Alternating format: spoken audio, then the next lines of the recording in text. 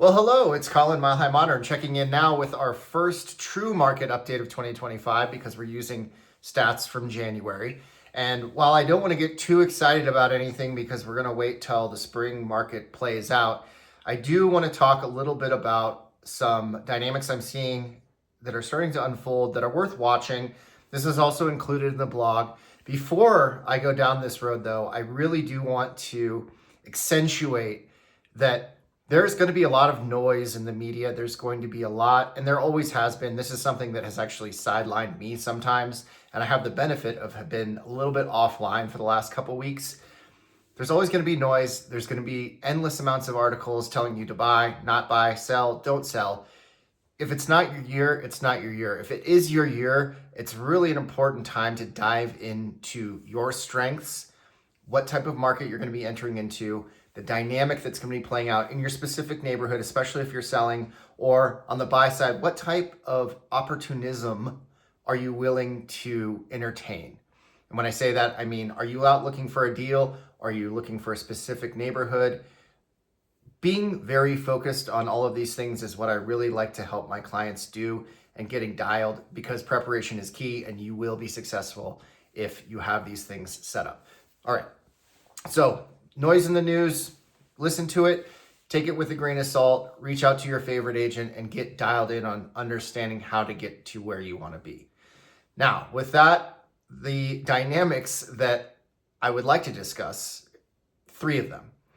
Inventory. We saw a lot of homes come off in the fourth quarter. Will they come back on in the first or second quarter? Probably. Maybe third quarter. Who knows? These are homes that failed to sell in 2024. I'm guessing that some of them will come back more polished, more ready, more dialed in with staging, etc. They've learned their lesson.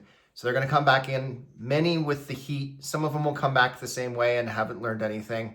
Some of them will come back at the same price and try the same thing over and over again.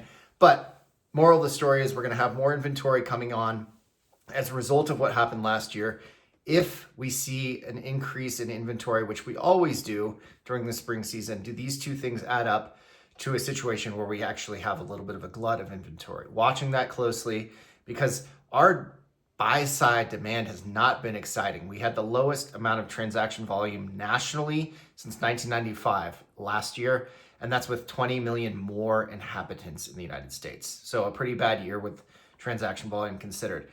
Next, want to pay attention to list to sold price. Are we seeing price erosion, or are prices holding relatively stable? This is usually the time of year where we see expansion in our pricing. So people are going to test the market, and if they continue to get these top of market prices and really only see maybe 2 to 3% erosion from those, we're really looking at a pretty stable, strong market in the first, second quarter of 2025.